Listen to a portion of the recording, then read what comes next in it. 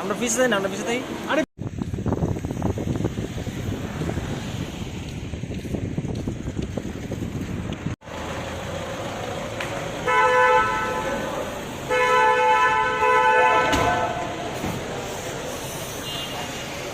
हमारा सांस दिले ना किच्छु कइताम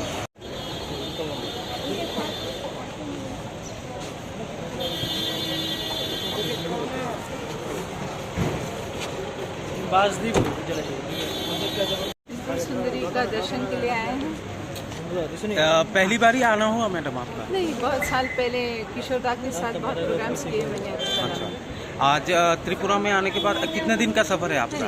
एक दिन का निकल अच्छा, जाएंगे। पहले जब आए थे कैसा लगा और आज जब आए? अभी तो बहुत फर्क है, अच्छा, बहुत डेवलप हो गया है। हाँ मैडम, एक बात और क्योंकि आप आए हो, आप संगीतकार हो, एक लाइन त्रिपुरा के लिए, एक लाइन सिर्फ।